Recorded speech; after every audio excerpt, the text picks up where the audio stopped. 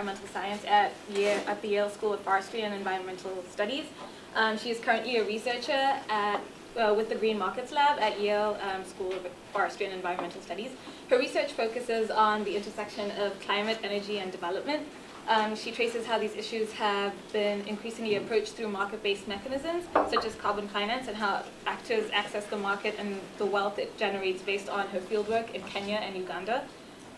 From her research in the Indian Himalayas, she also examines household energy transitions from a gender lens, and reveals how social processes are driving technological change. So please welcome her. Thank you, Lily. So I've been enjoying some great presentations and delicious dinners that E4Dev has put out, so I'm happy to be able to share back today. So the talk today is about the social processes of the removal of traditional cook stoves through a case study in the Indian Himalayas. I've been working on household energy and mainly cook stove issues in the past 4 years. My work in East Africa has been primarily focused on carbon finance as a major financing vehicle these days for household interventions, and the work in India primarily looks at the energy transition aspect of the equation. So in the next half an hour or so, I will first talk about why household energy in developing countries is of both a global and local concern. I will outline the debate in the energy transition field and what it has sort of been, what topic has been left out, and what my research tries to fill that gap. And then I'll talk about the case study site and the methodology I used. And then before I zoom in onto the question of what incentivized certain households to remove their traditional cook stove, I will talk about the story of LPG dissemination, the liquefied petroleum and gas cook stove in the region. And we'll have some Q&A, and if we still have time, I'm happy to talk about my research in Uganda and Kenya on carbon finance and cook stoves as well. And feel free to ask me any questions during the presentation. So governments, development aid agencies, and NGOs have, in the past 4 decades now, tried to disseminate energy-efficient cook stoves, improved cook stoves, and alternative fuels in a changing response to concerns for deforestation, natural resources, energy poverty, energy access, public health, and most recently climate change. And you probably have all heard about some of the stats. The WHO this year put out the latest report saying that 4.3 million people die each year prematurely as a result of respiratory diseases attributable to inefficient burning of solid biomass. And more than 3 billion people in the world, primarily in developing countries, still rely on biomass as their primary household energy fuel. So I know a lot of people here focus on the electricity part of the equation. Here is sort of to look at the primary energy consumption is biomass, still primarily in the developing world. And climate change is the sort of the newest concern that has ignited new enthusiasm for this sector, mainly because of black carbon, or we call it soot, coming from inefficient burning of biomass. And recently we saw the creation of the Global Alliance for Clean Cook Stoves, spearheaded by the UN Foundation, championed by Secretary Hillary Clinton, as sort of a galvanizing force these days for funding and for research. So, good question. Yes? So you're saying, what's the relationship between black carbon or soot and climate change? One of the major emissions coming from open fire burning is black carbon or soot. And I think there's estimated about 20% of black carbon emission actually is coming from these burnings, and it goes into the atmosphere, and black carbon increases the albedo effect. Right. Yeah. But it's anyway. If we get to the carbon markets, I'll talk more about it. Okay, thank you. So just look at this picture and think about how electricity has transformed American kitchens, since the 1950s when it becomes more available in ordinary households, and along with it all the stereotypes about what it means to be a woman and what it means to be a man. In the developing world, what we find out after decades of efforts is that it has been really hard to achieve widespread adoption and sustained use of improved cook stoves and modern fuels. We have some success stories, but primarily the puzzle, still after decades of attempt, is that households' adoption of the new cook stove does not mean the rejection of the traditional cook stoves. The people in sort of the energy transition studies have proposed the energy model theory. Some of you might be familiar with it. Basically, it talks that as household income climbs up, they'll kind of automatically switch from rudimentary fuels or cook stoves to more advanced fuels and devices. But we know later on that it's much more complicated than that. Households actually tend to be stacking stoves, meaning using the old stove along with the new stoves to meet various cooking needs for heating, for cooking traditional meals that new stoves usually cannot do. So it's understandable there's a risk averseness of rural, especially rural households, for sticking to their old traditional stove. So the new models talk about how it's not a linear relationship. There are a lot of other socioeconomic health factors that shape people's decisions about their kitchens and about the stoves they have, and not just economics. So, but still, what's being absent is the question of, what kicks out the traditional stove, the dirtiest stove in the house. And especially as governments and donors who, if they really see public health as and has been the major policy priority for these interventions, then the continuous presence of the traditional open fire stove and three-stone stove is a serious threat.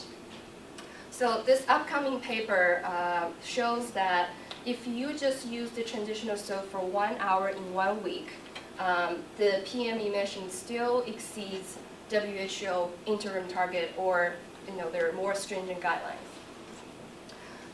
So this is another motivation for our research on sort of the other end of the story.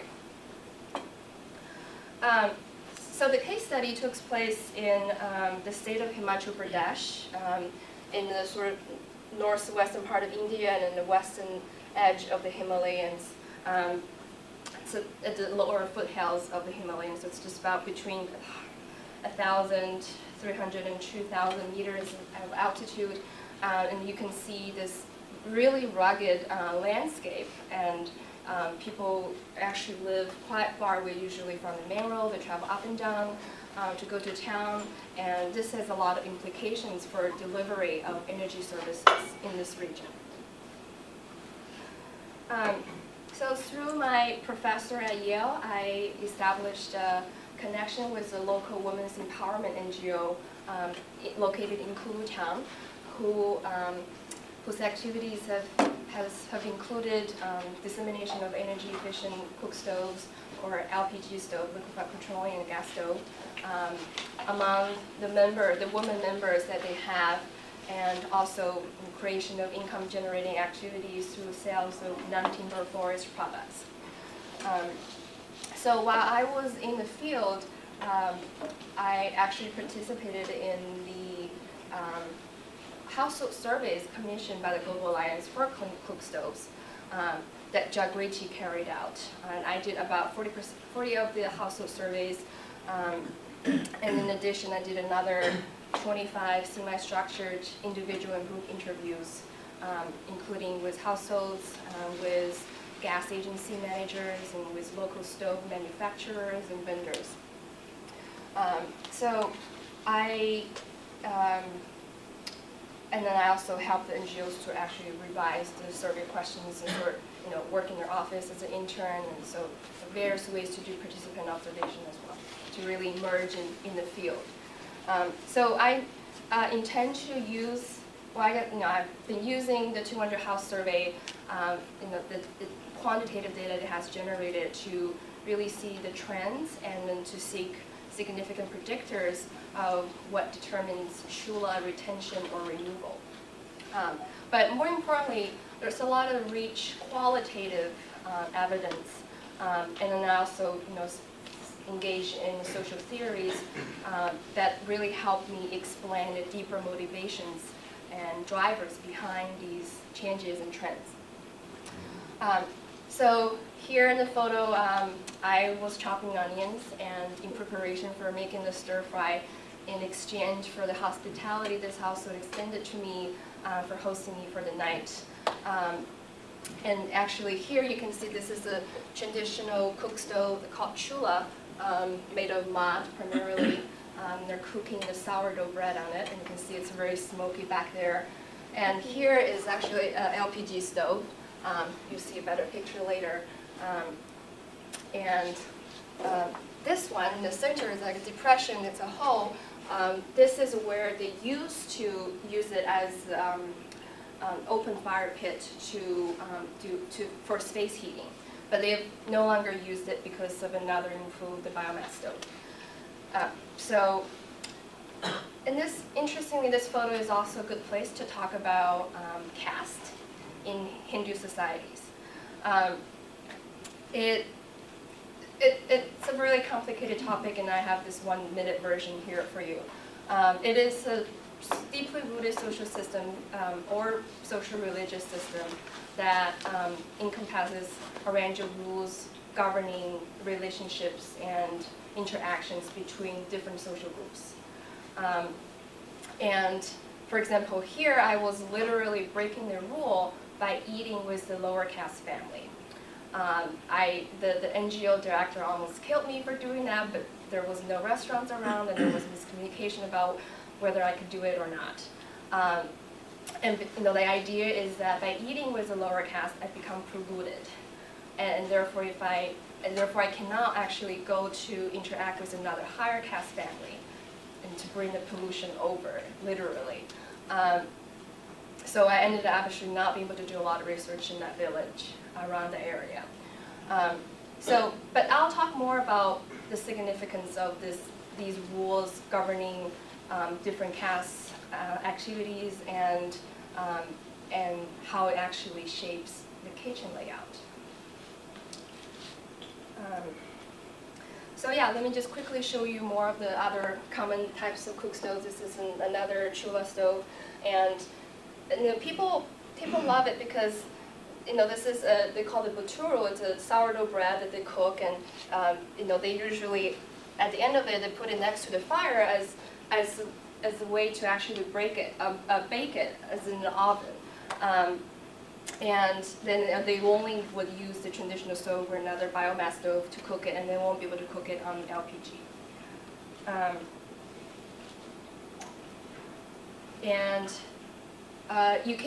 So this is the tandoor stove. That's basically a metal box. It was a chimney pipe to vent the smoke out of the room. And it can basically cook the same type of food as the traditional cook stove, but it's overall more efficient, about 8% more efficient, as tested by another group of researchers, if you consider more than 6 months of heating requirements in this area. Is that Tata salt? I'm sorry? Product placement? Yeah. Tata salt. So this family actually also has an LPG stove on the side. The picture couldn't capture it. Here is, I call the tandoor king, who is the only manufacturer of tandoor stoves in Kulutan.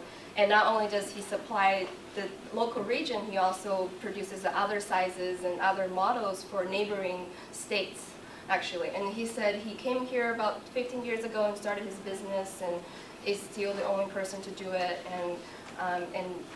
he speculated that this thing has been around for probably the past 20 years. As improved the model for I show you the depression that people use for space heating, and it costs about $10 to $20, depending on the weight and the size of the tendu, and it's pretty affordable, and it's really is sort of organic market growing out of this one guy. And then there's evidence suggesting that this model was first brought by the British missionaries back in the 1930s in the even colder region of Himachal Pradesh. So you mentioned it was 8% more efficient. How about the health impacts of the emissions? They didn't test it. I think it's visible to see the reduction in smoke, but definitely there's still smoke coming out, and you can see sort of the blackness of the chimney pipe. So smoke is coming outside. They didn't. I don't have data for that. The NGO actually has in the past come up with an improved model working with this guy. But he said, so they added an extra concrete liner inside to store the heat even better. But he said it was just not commercializable, too heavy, nobody else will buy it except for the NGO pre-order. But they're working on another model right now. So here's the more about the story of the LPG. How it works, at least in this part of the country, is that the government contracts out private dealers, the gas agencies, who are then responsible for the establishment of LPG connections and delivery of LPG cylinders to the end users.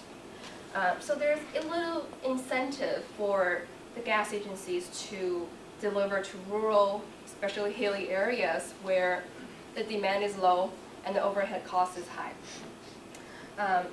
So and the standard application process to get an LPG connection is also quite burdensome. Bear me, I just wanted to give you some flavor here of what really entails to get an LPG application. So an aspiring LPG user goes to town to the gas agency. They have to fill out the form, and then they have to go to this post office to get a date stamp on it, sort of officially confirming their applicant status. And then they have to go to district court to get a declaration saying that they don't already have a connection in their house. And then so it goes back to the gas agency to give all these documents, and then they wait for a few days. And then when they are approved, they get a LPG registration card, and then you pay for the package, the entire package of the LPG stove, rubber pipe, and 14 kg LPG cylinder, which is about 4,000 rupees in total, $65. And if you want a second cylinder, which avoids disruption for usage when the other one is being refilled, it's another 1,800 rupees. So what the NGO did, starting about a decade ago, when they received a grant from a Norwegian donor, was that they convinced the local gas agency to start delivery into the area by assuring them that we have hundreds of women in our network and they're all interested in signing up to this service. Will you deliver? And then they agreed. And then so the NGO then negotiated with a supplier of the LPG stove to get them at a discounted price because of group purchasing power. And then the NGO transported all the women who were interested in becoming LPG user to town with all their documents to apply. And then they also transport the LPG stoves and everything into the villages. So they both cut down the cost of the entire package cost in half, and also was able to sort of reduce these bureaucratic barriers for the woman. But despite all these efforts, great efforts, the LPG usage rate is actually still quite low. The survey found out that on average, a family would only use 3 cylinders per year compared to 7 or 8 national average. And I think there are 3 major reasons for this. First is that the LPG use is very selective. I talked about people would say that they only use it when they're in a hurry, when they're receiving guests and need something quick. And they talk about they only would use it for cooking, making tea, cooking rice, things that are quick and doesn't require a lot of power.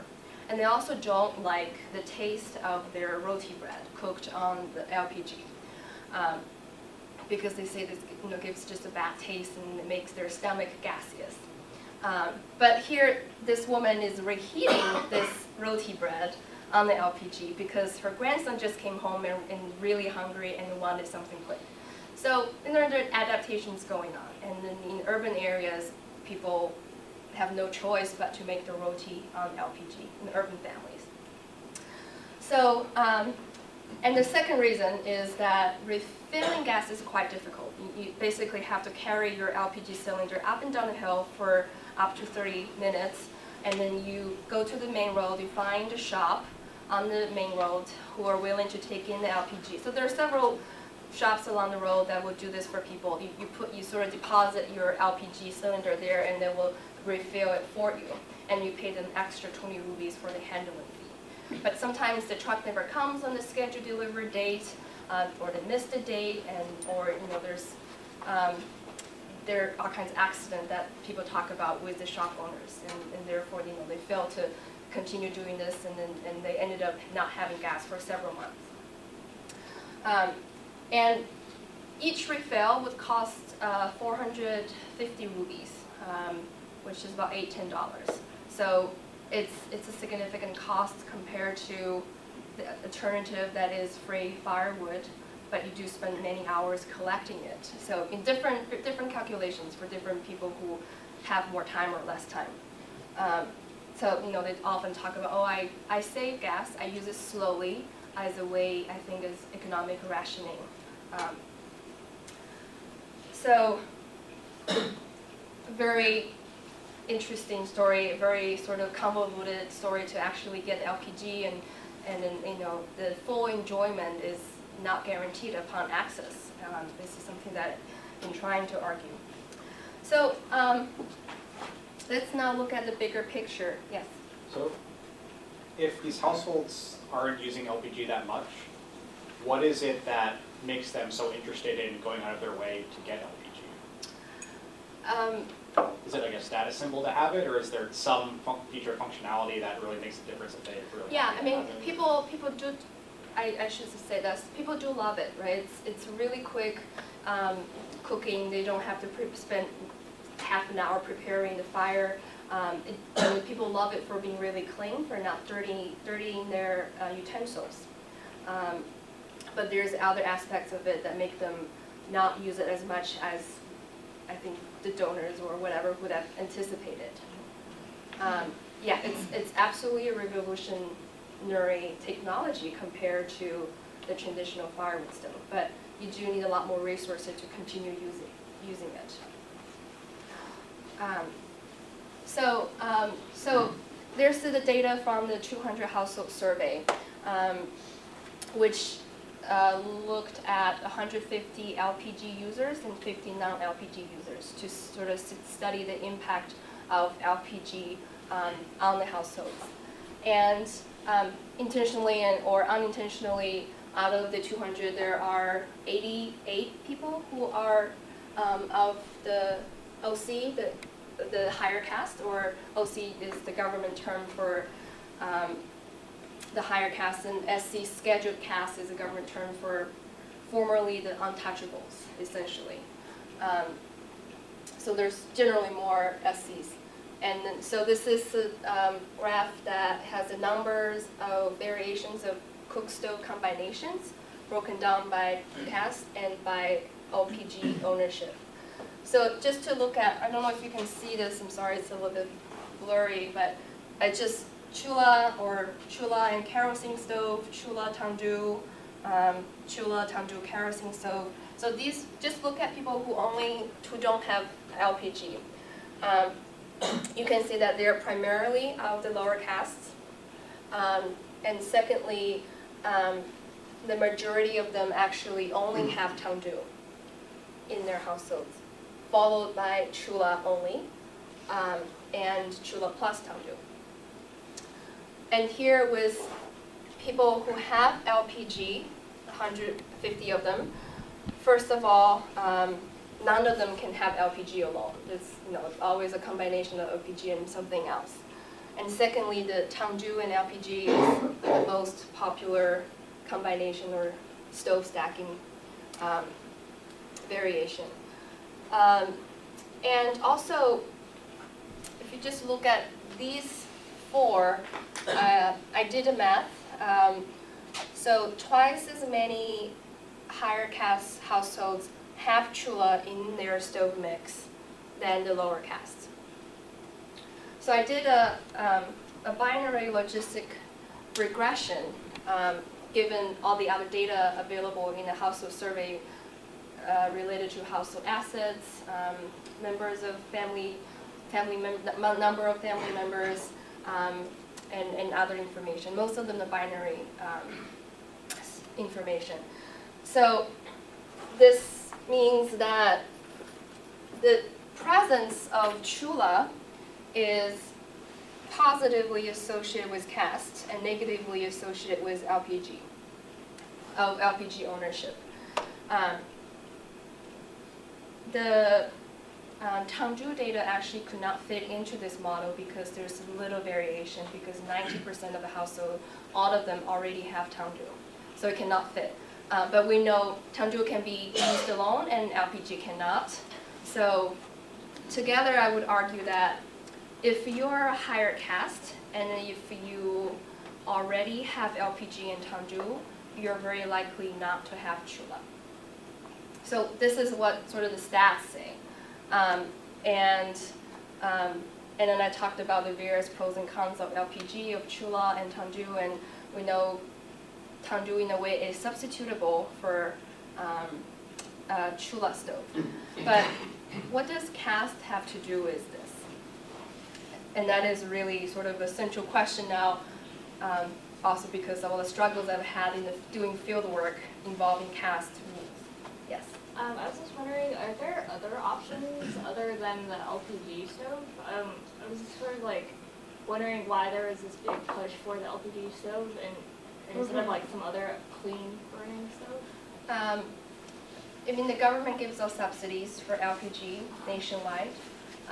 It's considered a really clean form of cooking that's significant, that definitely satisfies the WHO health standards. And there is nationwide infrastructure for delivery. Some places it's better, some places it's worse. There are also induction stoves that it is emerging from the market. I've seen mobile vendors selling induction stove, which is like electrical stove, but using induction mechanisms. But you have to have power sources. And actually, most of the households are connected to the grid. 99% of residents in Himachal Pradesh. But it doesn't mean that they have full access to it because it's the supply is actually really unstable. And then also they wouldn't be they will have problems similar to LPG as they wouldn't be able to cook their roti bread and then they don't. People talk about having induction but not liking the flavor of the rice that is cooked on LPG. And then before LPG, there's also kerosene stove. But since the introduction of LPG and LPG subsidy by the government at the same time has cut down the subsidy for kerosene. So actually, there's also, yeah. But these are sort of major stoves that we've seen among the survey households. Not to say that certainly the NGOs consider, do I want to promote induction stove, for example, which is, just, you don't have to refuel it, right? It's easier if you have power access. But I think whether they does it or not, it's something that people have been picking up the interest, for sure.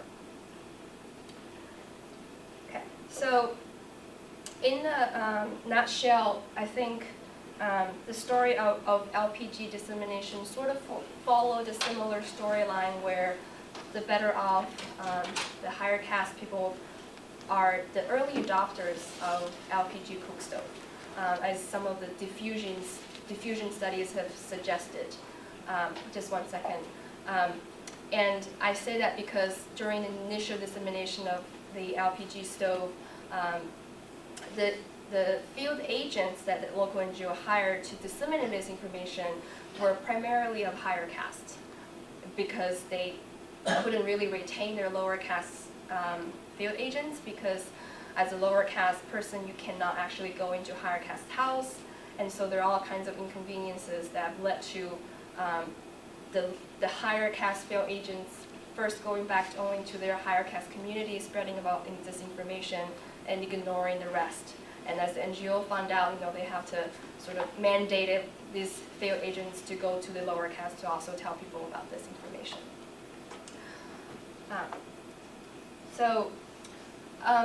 Before I dive further into the caste issue, I wanted to talk about a few triggers that have led to these changes that I think are actually more across the board. Sorry, you had a question. Yeah, so I thought you said that a family having an LPG stove and a tandu was less likely to get a chula. Was almost certainly not going to get one, but from the last chart it looked like that wasn't the case, and almost half of them did also have the traditional stove. Actually, only, this is just sort of a coefficient that tells you that if you satisfy these criteria, you don't normally, you are not likely to see the other outcome. So it's not a definite answer, and this is actually not a really strong doesn't have really strong R square value, meaning there's a lot of other factors that this equation doesn't actually capture. And then, as I said, actually, still a lot of households still have chula, but twice as many lower castes have abandoned their chula than the higher castes, for different reasons. And the relative populations of the two? So I mentioned the survey population, 112 of them belong to the lower caste, and 88 belongs to the higher caste, so slightly more. And these are the people we were initially interested because they're, we wanted mostly NGOs concerned energy access to the poorest of the poor.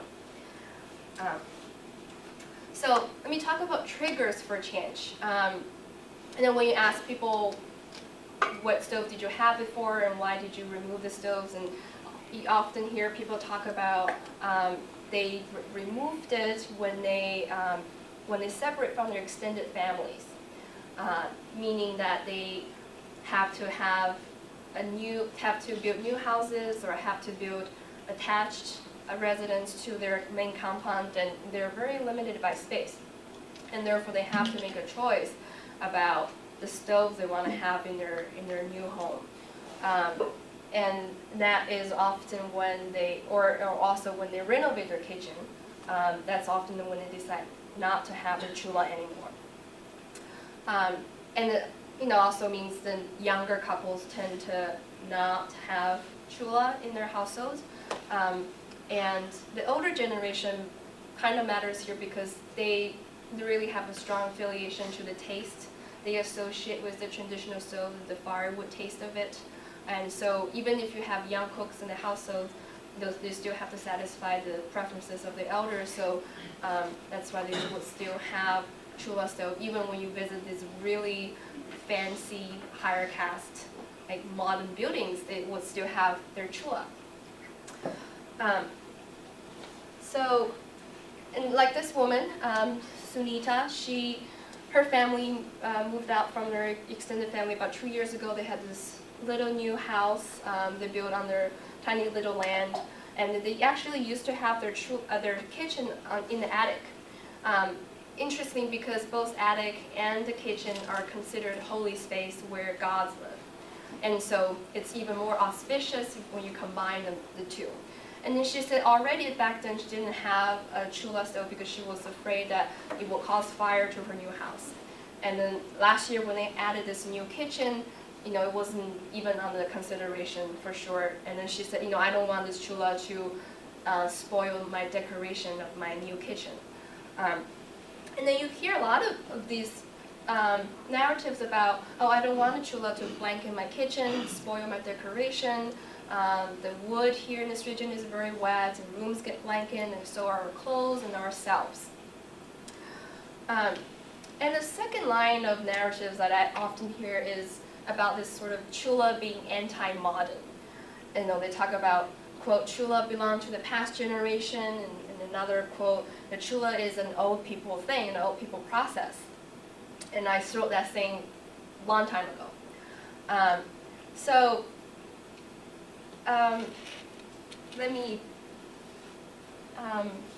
And these narratives primarily come from the lower caste families when I interviewed them. So I started asking people, not only to explain their own behaviors, but also to explain the behaviors of the opposite caste, to see what perceptions they have and what is going on here. And here's another really interesting quote from the Tanjul producer, who himself is of a higher caste identity. So he said, maybe the SCs, the lower castes, want to show off that they are becoming rich. The SCs are always trying to get into the OC, the higher caste kitchen, because the OC's gods do not allow SCs to enter their kitchen, the holy space. But the government made a rule that everybody is equal. So taking these narratives together, I propose two processes that are going on here. The first has to do with, I guess, what essentially defines caste in India. As one popular theory states that caste is essentially about this dichotomy between purity and pollution. Purity and pollution in terms of profession, in terms of religious practice, and in terms of diet. Higher caste people being vegetarian, for one example. And so there's been this social stigma towards the lower caste of them being the dirty people. So I see them therefore staying away from practices that will make them look dirty by removing the really heavy polluting chula stove. And at the same time, I think that they are also trying to adopt practices that will make them look more modern. In the sense that, there's always development projects going on, there's confluence of foreigners visiting their places, and there's a lot of tourists in the region, and people, and especially lower caste, have a lot of opportunities to work in government jobs, and because there's a quota system for affirmative action, and interact with tourists and all agents of the modern world that have created a sort of a new, different ideal. And I see this as an alternative way for them to reposition themselves in a world that has been really disadvantageous to them for many years, for centuries. So I, from the theoretic perspective, I propose the idea of cleanliness and social ascendancy based primarily from anthropological and development studies that talks about how the idea of being clean, being away from dirt, away from dust, is seen as an essential quality of being a modern person. And kitchen, in this case, happens to be this battlefield where these new identities are being formed. So, some concluding thoughts. First of all, despite the great effort by the local NGO to remove these bureaucratic, physical, and structural physical barriers to accessing LPG stove, I think access and full enjoyment of this energy service is continues to be hindered by infrastructural and other structural predicaments that these people in these regions face. And secondly, we also see that together Tangju and LPG stove have really enabled people to remove their traditional stove because of the similar functions it can provide and the much better aesthetics that these stoves can offer. And then we see that lower castes are more readily to abandon their traditional stove than the higher castes because they care more about, I think, the aesthetics and because they're more driven by the desire to reposition themselves in the society. And to rethink about the energy ladder model, I think we do see that the economic situations of the lower caste people have become better given the other alternatives they've had, and traditionally don't have much land, so you have to do a lot of other wage-related jobs. So I think the energy model, which theorizes the relationship between income and the linear relationship between income and stove choices, still holds some explanatory power, but it really misses the whole, I think, variations that it can have, the complexities we've seen here, and the fact that it misses the underlying motivations and drivers for these changes. So some thoughts for, I think, future intervention policies and programs. I think subsidies is still very important in the case of LPG, to push truly revolutionary technologies that brings the emission reduction to a whole different level. But it has to be also combined with market mechanisms that could provide other alternative affordable biomass stoves, as biomass will still play a very important role in energy supply and energy mix for these families. And of course, talking about LPG, we have to talk about it's a government-run program, and there's a lot of things that the government needs to work on to ensure smooth delivery and ensure access to LPG by all people.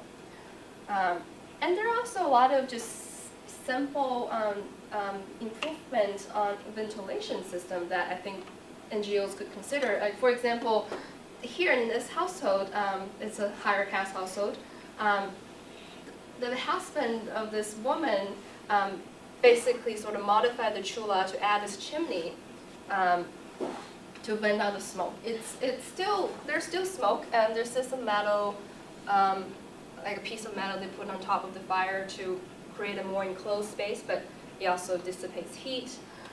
There's still some smoke out here, so it's not perfect, but it's a great compromise, I think, for people to be able to continue to use their old stove, but I think at a much exposure level. We don't know exactly how effective this is as a health intervention, but it's something to consider, I think. And yeah, lastly, I think it's through the Tangju story, it's important to have these local markets, local production capacities that will really respond to customers' needs and requirements.